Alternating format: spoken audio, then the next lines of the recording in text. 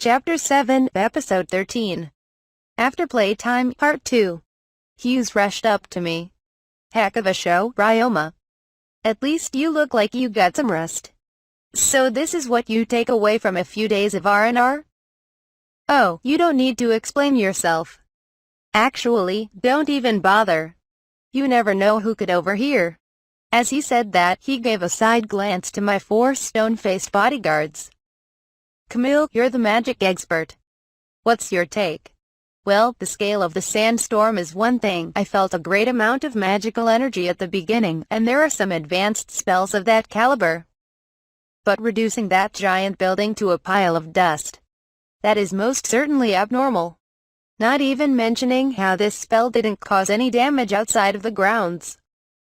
It seemed to me like you were adapting and changing the spell dynamically as well.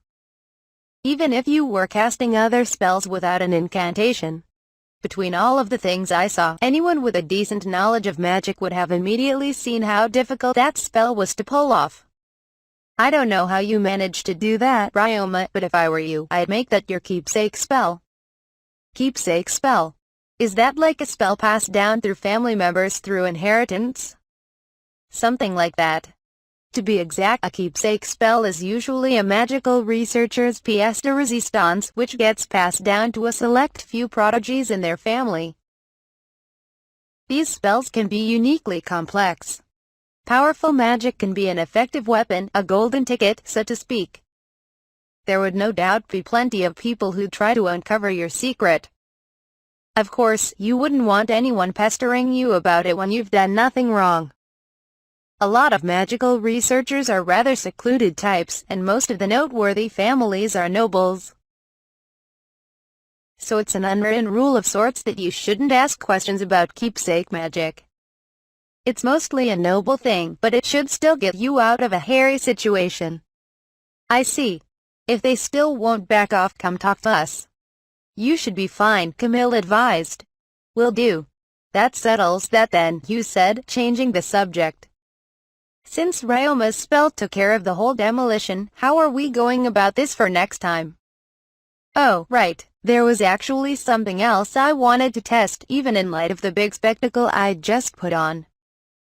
I came up with something when I was playing around during my time off, but I ran out of magical energy, so I didn't get around to it. Go right ahead. You've already made a big enough impression, and besides, I figure we ought to be there if you're going to do it anyway. Safety in numbers and all. Right, I got the go-ahead from the group at Hugh's behest, but they seemed rather reluctant about it. Anyway, time for the encore. I gave my directions to the sand slime and cast the sand spell again. The mountainous pile of sand began to be picked up by the gust, but instead of making it do complicated maneuvers like before, I simply had it pile up the sand on one corner of the grounds. It almost looked like an enormous hourglass in action. The sand began to form a rectangular pile that looked like a giant slab of tofu. Some of the spectators sounded surprised, but most of them seemed perplexed because the sand wasn't making any intricate movement. Of course, they couldn't see from the outside, but I could sense every detail of what went on underneath the sand. My vision just came to fruition. Like an artist unveiling his new masterpiece, I swept the mound of sand away. As the flood of sand vacated the premises and into the empty lot beside it, a 2-story building was left in its wake. Cheers of amazement rose out of the crowd. The building covered about a fifth of the grounds, with a large front door that led into an open area and stairs in the back, with hallways on either side connected to bedrooms and bathrooms, forming a relatively simple layout. Revealing a complete building from beneath the sand proved to be more shocking than the demolition, at least after the relatively uneventful movement of the sand that led to it. The spectators continued to loudly clamor. You gotta be kidding me. Talk about an overpowered spell. Isn't that the damnedest thing you've ever seen? Reversing the demolition process, I connected only the sand molecules that would form the building in the process of piling the sand, rather like a 3D printer. I was able to make more complex structures much more easily when I worked with the sand slime. On my days off, I was building and taking down many models in this manner. All I did differently this time was make the model big enough for people to live in it. I remembered how 3D printing technology was being used on Earth to build some houses, so with enough magical energy and sand, I was sure I could construct a structure in this manner. But I was interrupted by some of the children who had been watching the process, shouting and jumping in joy. "Wow! That's our new house. Last one in's a rotten egg." They made a mad dash for the new construction, as the older children and maids accompanying them were standing there surprised. "Stop those kids," I called, which got them to react to the bolting children, but two of the children were too fast. I wondered if they were beastskin. "Teleport," I caught them just before they made it into the building. "Now I got you. Stop." The repetition of casting space magic to collect mad salamanders' carcasses had paid off. "Lego. Our new house. I wanna see it." Well, it's still dangerous, so you'll have to wait." I kept the children at bay for a few moments longer, before Libble caught up with them first and snatched them up. "What do you think you're doing?" "Ah, I told you not to go in until the grown-ups say you can." Construction sites are dangerous. This silenced the children immediately, as Libble passed them on to a few older children that caught up to him. "Sorry about that. No harm done, if you say so." "That's some potent magic you got though. You can tear him down and build him back up however you want. This is just a test run. So to speak, it's not fully refined yet." While I was confident in my creation, structures made with sand magic became a sandstone-like material, which was easy to shape but also prone to deteriorate. Because it absorbed more moisture, it could freeze and break in the winter, making it relatively unsuited for exterior walls. Not to mention that this was my first time creating a structure of this size. There could have been some cracks or imperfections, so I thought it warranted an inspection of stability and safety. This orphanage needs a more thorough build. That's why I called the workers over, after all. Why don't we check just in case? What? I turned to find Zeph, the team I had been talking to earlier, and Arnold.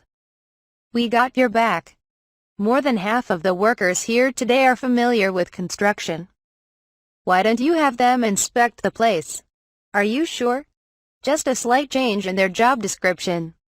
You've built this much already, and think those kids would feel better once they got a stable roof over their heads." That made me realize that the kids who bolted might have been anxious about losing their home.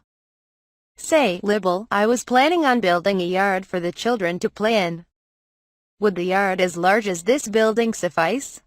We can take it down once the home itself is fully built." "We wouldn't dare ask that much. We just want a place for the kids to be safe. As long as this building's safe to live in, that's good enough for us." "Understood. In that case, Zeph, could you call over the workers? I'd like them to inspect the building for safety, and if everything's okay, check the measurements for doors and windows. After that, we'll build a wall that encircles the grounds." "Got it." Zeph ran off. "We'll get back to our jobs then." "Please do. I see we're attracting a bigger crowd. See you later." Hughes, Jill, and Camille scattered to organize the crowd, and their stead approached Arnold from the clerk's office. "Hello.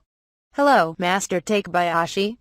I had the pleasure of watching you work, although the process was rather different than what I had imagined." I returned a weak laugh. I assume he imagined a traditional hammer and nail process or a more conservative use of magic. That was exactly what I would have done if I hadn't noticed the use of the sand slime over my time off. "I didn't expect so much to be done in so little time," Arnold added. "Should we push ahead with organizing the district?"